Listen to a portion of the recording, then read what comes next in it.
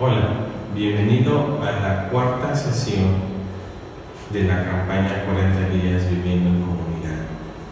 Estamos muy contentos porque has tenido una respuesta positiva a esta campaña, has participado y seguramente has aprendido cosas muy valiosas de estas lecciones.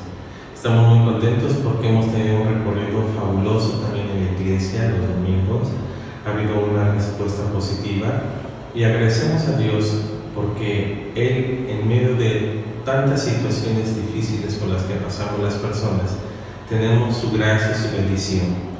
Fíjate, hemos estado tocando varios temas importantes. Recuerda la primera sesión hablamos acerca de lo que más importa. Todo lo que yo pueda decir, pensar, hacer o alcanzar no tiene importancia si no está mediado por el amor. Luego vimos la necesidad de alcanzar juntos, de que trabajemos, hagamos sinergia, permanezcamos juntos para lograr los propósitos que Dios tiene para nuestras vidas. Y la semana pasada estuvimos hablando de la necesidad de pertenecer juntos, basados en el versículo 7 de 1 Corintios 13. Y ahora vamos a ver el siguiente tema que se llama crecer juntos. Recuerda que el domingo pasado también en el mensaje se predicó acerca de cómo ayudarnos a crecer y estuvimos dando algunas herramientas básicas, fundamentales para producir el crecimiento entre nosotros. Por supuesto, algunas de esas herramientas las vamos a profundizar y las vamos a trabajar en esta cuarta sesión de trabajo en los grupos pequeños, en casas, de la campaña 40 días con propósito. ¿Recuerdas mi nombre? Para aquellos que a lo mejor se han insertado en estas últimas semanas, yo soy el pastor Alberto Arenas Mondragón y estoy a cargo de la Iglesia Presbiteriana Getsemaní. Nos ubicamos en Allende 139, Colonia del Carmen, Coyoacán, muy enfrente, cerquita del Museo de Frida Kahlo. Y bien, entonces, ¿cómo podemos crecer juntos? Fíjense ustedes que crecer es una necesidad sumamente imperiosa en todos los seres humanos. Todos tenemos varios tipos de crecimientos. Tenemos, por supuesto, un crecimiento físico, en el cual desde que somos concebidos vamos teniendo un crecimiento acelerado. Cuando nacemos, y en el primer año también tenemos un crecimiento y un cambio acelerado. Y después viene un tiempo de latencia, entre los 6 y los 12 años, nuestro crecimiento es más paulatino. Y después hay un cambio repentino cuando entramos a la pubertad y a la adolescencia. Y después en la juventud también es prolongada, es lenta. Y posteriormente cuando ya entramos a la etapa de la vejez, bueno, pues los cambios son más notorios. Pero también tenemos un crecimiento de tipo psicológico. Ese crecimiento psicológico, por supuesto, son las etapas evolutivas por las que vamos pasando. También nuestro cerebro, nuestras emociones van evolucionando. Desde que somos muy pequeños, nuestra característica principal es que somos muy egocentristas, muy narcisistas. Y conforme vamos creciendo y vamos madurando, ese narcisismo o ese egocentrismo se va eliminando y eso es sinónimo de crecimiento. Pero también es muy importante crecer espiritualmente, ¿sí? Porque el crecimiento espiritual es lo que da el sentido y el enfoque a toda la vida que nos rodea. Nosotros somos seres espirituales ya por naturaleza, porque fuimos creados a imagen y semejanza de Dios, aunque muchas veces nuestra espiritualidad no proyecte la personalidad de Dios y sus atributos. Sin embargo, esa espiritualidad, aunque sea dañada, está presente y muchas veces esa espiritualidad está estancada pues por muchas circunstancias de nuestros comportamientos, de nuestras actitudes o de nuestra falta de fe. Pero una vez que entramos a la dinámica de la fe, entonces tenemos la posibilidad de ir creciendo. Pero el crecimiento espiritual, a diferencia del crecimiento físico, no es un crecimiento individual, es un crecimiento colectivo. En la medida que el otro crece, yo también crezco. ¿Recuerdas que en la segunda sesión te recomendé la lectura de La nueva psicología del amor de Scott Peck? Scott Peck es un psiquiatra cristiano que él dedica algunos de sus libros para sus alumnos universitarios. Y él en este libro habla acerca de la psicología del amor y por supuesto da una definición que va más allá de la definición de Fromm en El arte de amar. Es una definición profundamente bíblica, profundamente teológica. Si mal no recuerdo, se ubica en la página 88 de este libro y dice así: el amor es la voluntad de extender el sí mismo en relación al otro para buscar su crecimiento espiritual de él y el mío. Entonces, el amor necesariamente va a implicar un crecimiento y un desarrollo en las personas. Cuando las personas aprenden a amarse, es sinónimo de crecimiento espiritual. Quiere decir que han superado los diversos obstáculos y las diversas pruebas que no le permiten crecer. Pero cuando está mediado por el amor, entonces tenemos la capacidad de creer. Por eso vamos a aprender ahora en proceso ahora juntos cómo crecemos juntos. Porque fíjense, crecer juntos, ¿qué requiere? Requiere de paciencia. El crecimiento no es inmediato, no es de la noche a la mañana, implica un proceso. Por supuesto que hay personas que su proceso puede ser un proceso rápido, ¿sí? Así como también sucede en los niños. Hay niños que por lo general aprenden a hablar perfectamente a los 2 años, pero hay niños que aprenden a hablar muy bien al año. Y hay niños que aprenden a hablar hasta los 3 años. Tal vez fue el caso de uno de tus hijos. Como también hay niños que aprenden a caminar por lo regular entre los 11 y 12 meses de edad. Pero también hay niños que hemos sabido que empiezan a caminar desde los 9 meses, 10 meses ya están caminando. Tienen esa capacidad. Y hay niños que se tardan a veces hasta año y medio y les dicen: ¿qué niño tan flojito? ¿No quiere caminar? Pues sí, todos llevan un proceso más o menos regular. Lo mismo sucede en el crecimiento espiritual. Llevamos un proceso que requiere paciencia. Por eso el siguiente versículo nos anima, que es el Salmo del Amor en 1 Corintios 13, que dice: el amor es paciente, no se comporta con rudeza, no se enoja fácilmente. Si nosotros perdemos los estribos ante cualquier estímulo, ante cualquier gesto, ante cualquier palabra, ojo, sinónimo, no he crecido espiritualmente. Algunas veces les he compartido en la iglesia que conocí hace muchos años un pastor que al frente de una institución académica donde estudiamos teología, pues cometió una serie de ilícitos políticos que no eran correctos para nuestra ética institucional. Y al saberlo nosotros, pues nos produjo mucho enojo contra él. Así que en una reunión, en una junta de directivos, nos reunimos para justamente reclamarle y pedirle y exigirle una explicación de su comportamiento. Por supuesto, la mayoría de los que estábamos en esa sala le dijimos o le dijeron de todo, ¿sí? No insultos, pero sí cosas muy fuertes, muy directas, ¿no? Quizás un poco ofensivas en relación a sus decisiones que tomó al ignorarnos. Pero yo observaba, yo en verdad les soy sincero, yo no dije nada, tenía un discurso preparado, pero no dije nada porque a mí me sorprendió la actitud que tomó.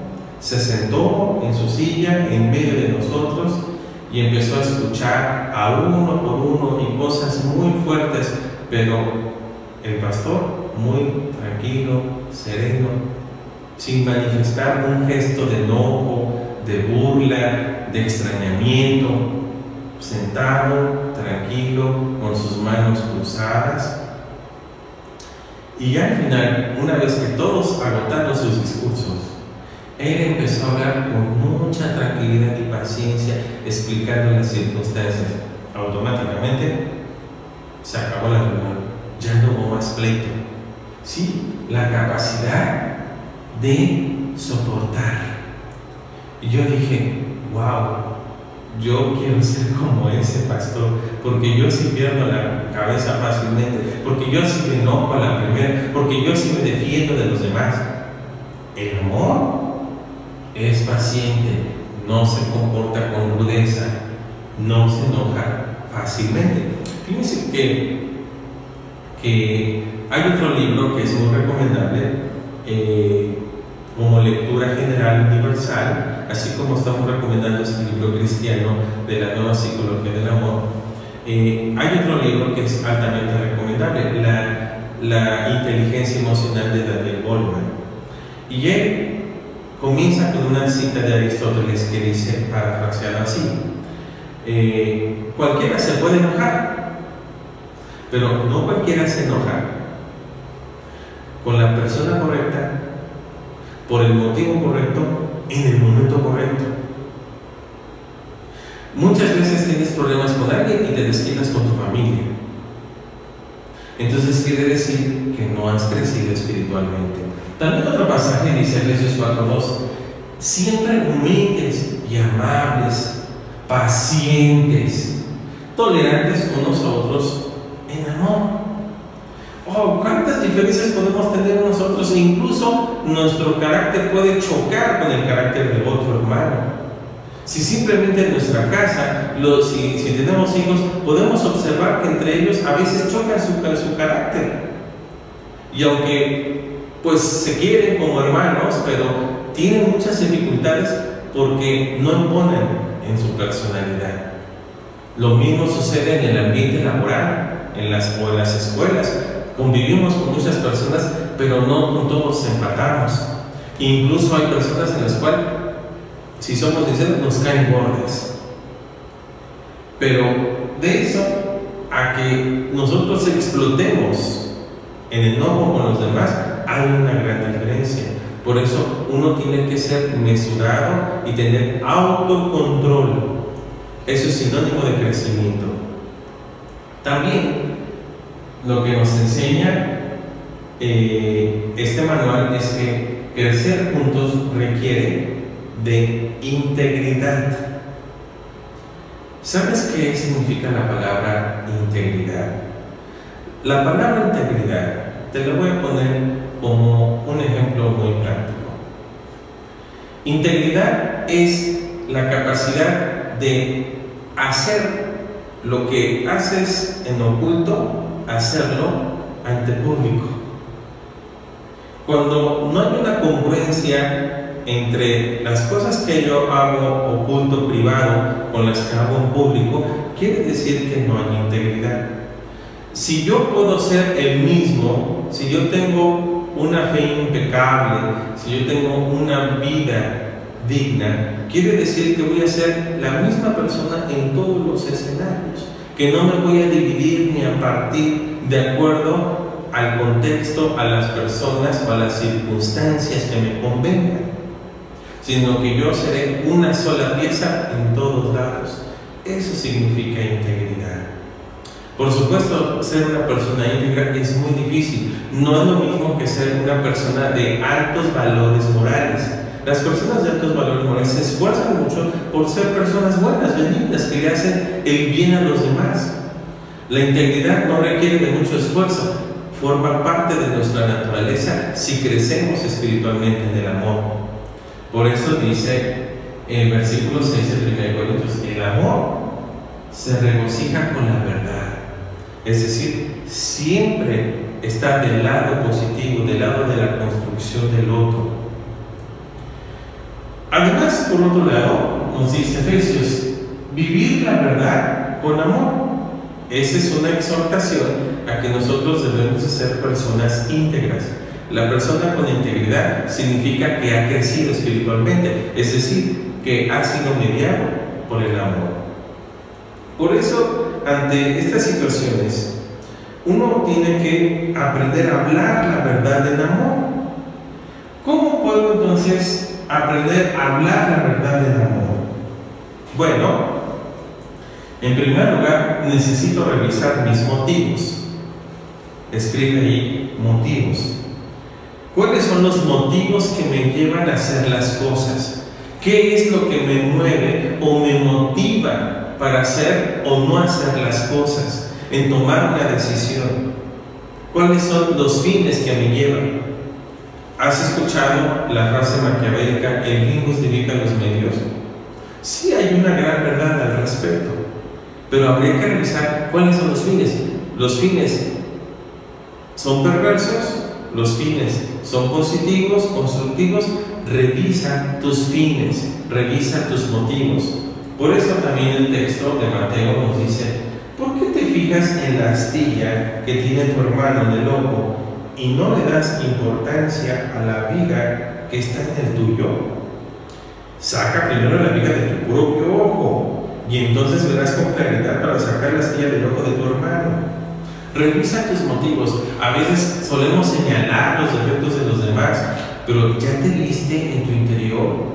¿Por qué de repente hay personas que empiezan a criticar a otros y no los sueltan y solamente están observando qué están haciendo? Eso es un mecanismo de defensa, de denegación, que se llama proyección. Es decir, mis defectos los empiezo a visualizar en el otro y entonces, por comodidad, señalo los defectos del otro, no los míos. Revisa tus motivos. Otro recurso que necesitamos para empezar a hablar la verdad del amor es que yo necesito planear la presentación. Debo de planear su presentación, es decir, cómo entonces voy a presentarme y cómo voy a otorgar esa calidad de vida en amor. Por supuesto, eso es parte del fruto del crecimiento. Y tú debes de planear tu presentación de la siguiente manera. Debes de planear cuándo vas a hablar, ¿sí? ¿Recuerdas la frase de Aristóteles? Con la persona correcta, por el motivo correcto, en el momento correcto. Entonces uno debe de planear cuándo va a hablar de las cosas, e incluso si son incómodas para otros, pero es por su beneficio, nunca para su destrucción.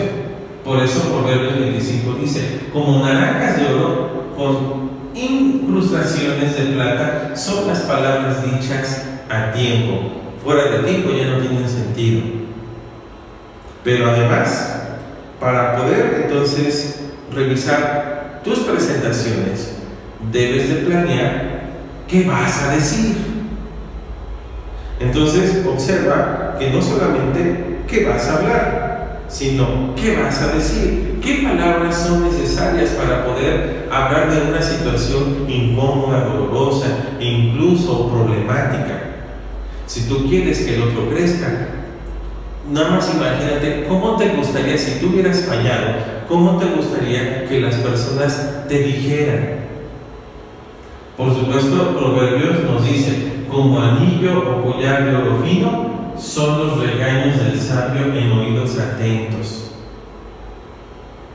También otra estrategia en nuestras presentaciones es que debo planear cómo lo voy a decir. Entonces se escribe ahí la palabra cómo. Entonces, ¿qué vas a decir y cómo? Es decir, el sentido o la semántica en que vas a utilizar las palabras.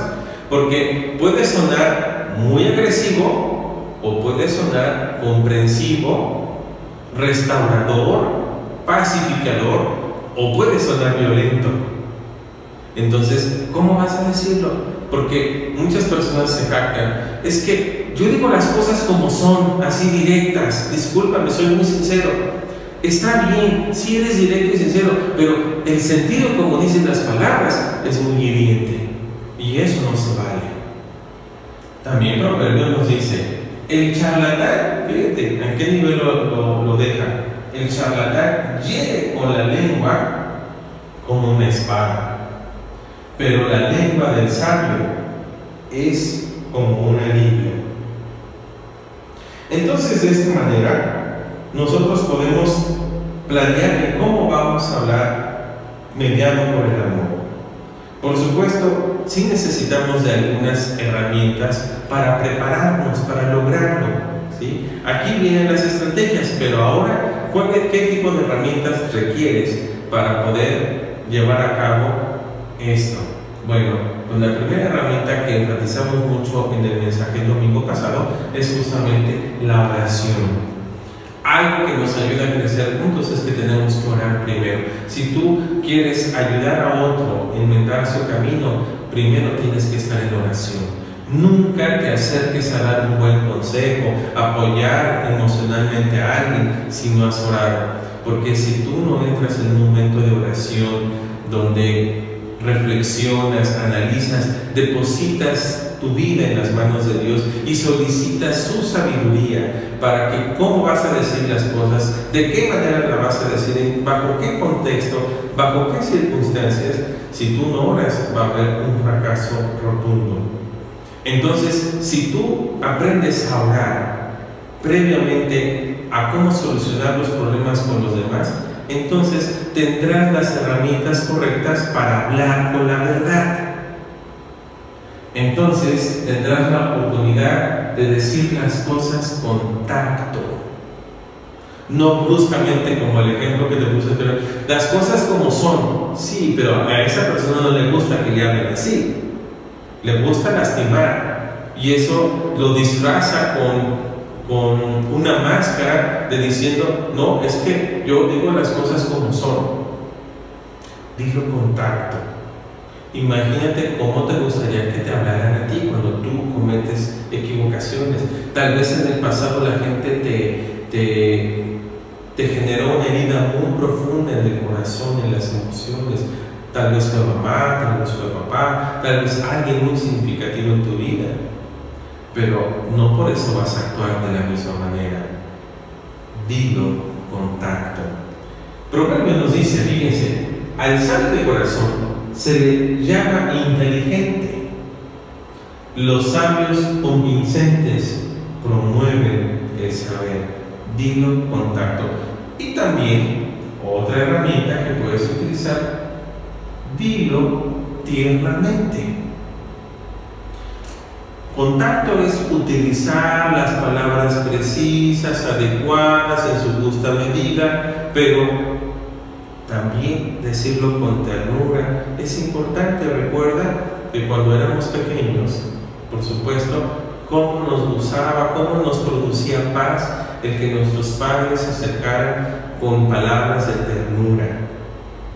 Eso generaba una sensación de satisfacción, de seguridad en nuestras vidas.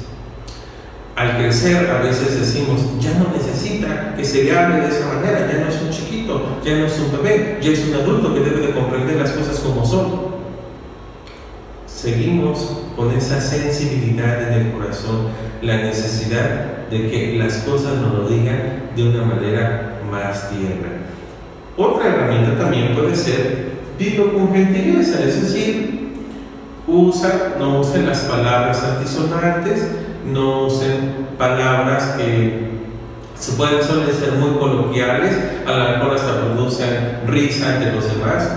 Dilo con gentileza, con caballerosidad, o al ser dama, decirlo de una manera educada. También Proverbio nos dice, la respuesta amable, es decir, la respuesta con gentileza, ¿qué produce?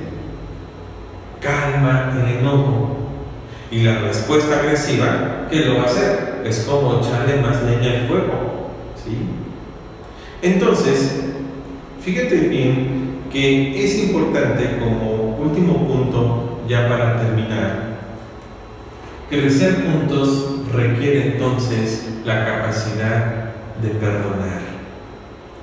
Solo en el amor podemos perdonar. Ahora, esto es muy importante. Perdonar no siempre implica que se restablezca una relación. Porque muchas veces dirán, no, ¿cómo voy a perdonar a esta persona que me hizo tanto daño o le hizo mucho daño a mi hijo? Destruyó su infancia. No lo puedo perdonar.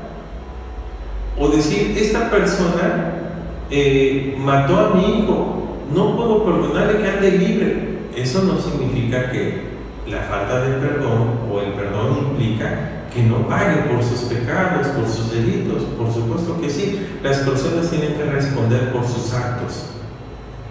El perdón significa que ya no vas a tener esa carga, ya no vas a vivir bajo esa carga difícil, en donde todo el tiempo estás pensando en amargura lo que esa persona te hizo, sino que al perdonarlo tú te liberas internamente de esa carga y dejas que Dios se encargue de esa persona.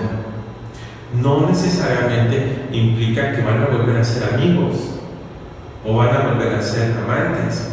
No, significa que esa persona en su momento tendrá que responder por sus actos ante Dios o ante las personas que le causaron daño. Pero yo me libero de esa carga y vivo en paz. Solo a través del amor lo podemos hacer. Observa este par de versículos, Colosenses 3:13, que se toleren unos a otros y se perdonen. Si alguno tiene queja contra otro, así como el Señor los perdonó, perdonen también ustedes. Fíjense, alguien enseñó una gran verdad. El perdón es otorgarle el mismo derecho que he exigido. Otra vez, el perdón es otorgarle al otro el mismo derecho que yo mismo he exigido. Y aquí está. ¿Cuál es el derecho que he pedido? Pues que el Señor perdone mis pecados. Ah, pero qué fácil es. Pido perdón a Dios por mis pecados, pero no estoy dispuesto a perdonar los pecados de los demás. Si yo no quiero perdonar a los demás, entonces no estoy en la libertad de exigir perdón para mí. Por eso es muy importante amar para poder perdonar. Y concluimos con este versículo también maravilloso. Porque tal como juzguen, se les juzgará, y con la medida en que midan a otros, se medirá a ustedes. Entonces, no caigamos en esa trampa. Seamos personas que nos puedan mediar el amor para restaurar relaciones y entonces así crecer juntos. Te agradecemos este tiempo de enseñanza. Nuevamente les pido que reflexionen sobre esto que hemos aprendido, discutan, hagan preguntas. En el material vienen algunas sugerencias de análisis, de reflexión, y no olviden que al terminar la sesión de trabajo manifiesten sus motivos de oración, que pueden ser peticiones, gratitudes. Hagan círculo de oración, oren unos por otros para que se vayan en paz a sus casas y descansen. Que Dios los bendiga. Hasta la próxima.